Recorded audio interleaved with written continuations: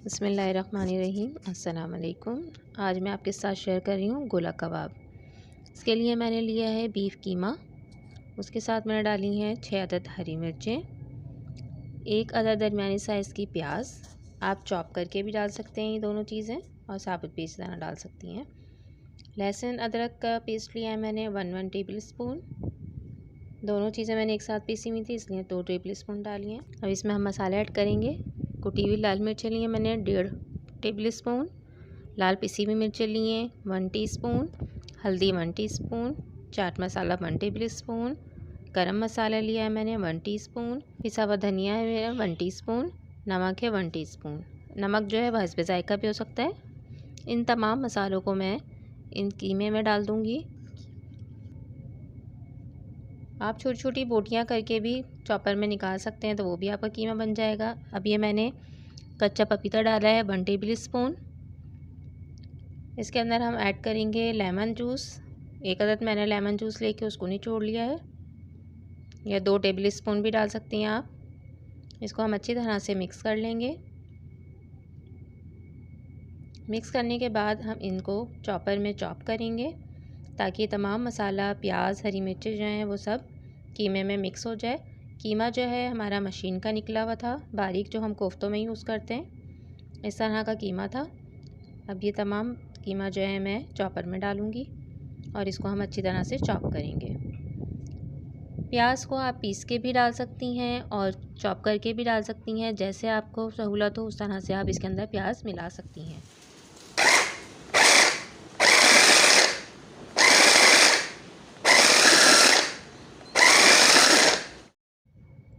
कीमा हमारा चॉप हो चुका है, देखें इस तरह से बिल्कुल यकजान हो चुका है, ये महीन हो चुका। ये देखें कबाब की तरह से अच्छे से बनेंगे हमारे इसके। अब इसको हम एक बाउल में निकाल लेंगे। इसके अंदर मैंने ऐड की हैं 3 टेबल स्पून घी के। ऑयल भी डाल सकती हैं आप लोग, मैंने घी डाला है। अब हम इसको अच्छी तरह से कीमे को मिक्स कर लेंगे हाथों की मदद से, ताकि जो मैंने घी डाला है ये इसके अंदर मेल्ट हो जाए। और इसको हम तकरीबन 2 घंटे के लिए फ्रिज में रख देंगे। अगर आप ओवरनाइट रखना चाहें तो फिर हम कच्चा पपीता जो है 1 टीस्पून डालेंगे।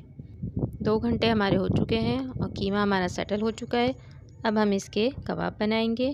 कबाब बनाने के लिए कोई भी स्टिक हो आपके पास, थोड़ी सी मोटी स्ट्रॉ भी ले सकती हैं आप। मेरे पास ये चमचा था तो मैंने इसकी बैक साइड पे जो स्टिक थी उससे बना रही हूँ मैं। आप जो है स्ट्रॉ भी ले सकती हैं, और अगर आपके पास कोई ऐसी चीज़ है या सीख है आपके पास तो आप उस पर भी इस तरह से ट्राई कर सकती हैं। अगर आपके पास इसमें से कोई भी चीज़ नहीं है तो घर में पेंसिल तो मौजूद होती है, तो आप पेंसिल से भी ये काम चला सकती हैं। किसी भी साइज़ के आप बना सकती हैं, थोड़े से बड़े भी बना सकती हैं, थोड़े छोटे भी बना सकती हैं। गोला कबाब ऐसे थोड़े छोटे होते हैं। ये इस तरह से आपको सीख के ऊपर जो है हाथों की मदद से दबा दबा के, ताकि जो कीमा है वो हमारा अच्छी तरह से एक गोल शेप में आ जाएगा, कबाब की तरह से लगेगा। और इसको हम आराम से उतारेंगे तो ये एक अंदर जो है खला सा सुराख सा बन जाता है, क्योंकि जब हम इसको फ्राई करेंगे ऑयल इसके अंदर जाएगा तो ये अच्छी तरह से अंदर तक पक जाएगा।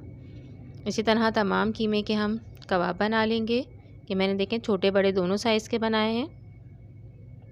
इस तरह तमाम कबाब बना के आप फ्रिज में भी सेव कर सकती हैं। तकरीबन 1 मंथ तक ये फ्रीज़र में आपके सेव हो सकते हैं। जब दिल चाहे आप निकालें और बनाएं। अब हम इसको फ्राई करेंगे।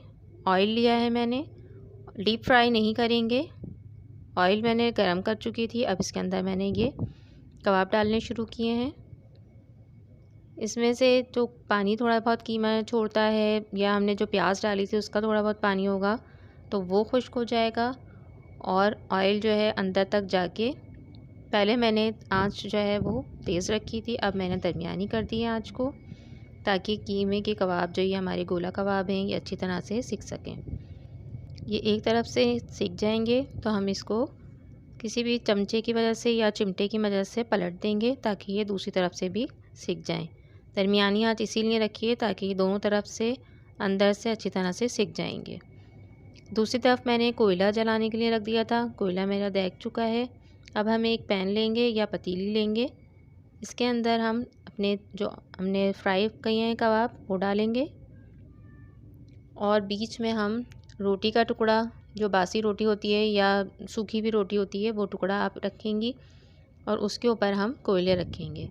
अगर आपके पास वो नहीं है तो आप प्याज का छिलका भी ले सकती हैं जो मोटे साइज़ का होता है, या कोई प्याली स्टील की, वो भी आप इसके ऊपर बीच में रख सकती हैं।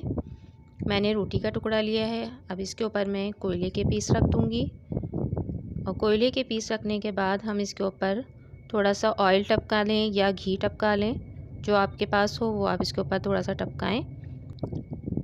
इसको ढक दें आप 15 से 20 मिनट तक, इसको इसी तरह से रहने दें। फिर आप इसको डिश में सर्व करें। प्याज, हरी चटनी, लाल चटनी, रायते के साथ इसको बहुत मज़ेदार से लगते हैं ये। अब आप लोग खा के बताइएगा आपको कैसे बने, मुझे कमेंट्स में ज़रूर बताइएगा। इंशाल्लाह मिलूँगी अपनी नेक्स्ट रेसिपी के साथ। अल्लाह हाफ़िज़।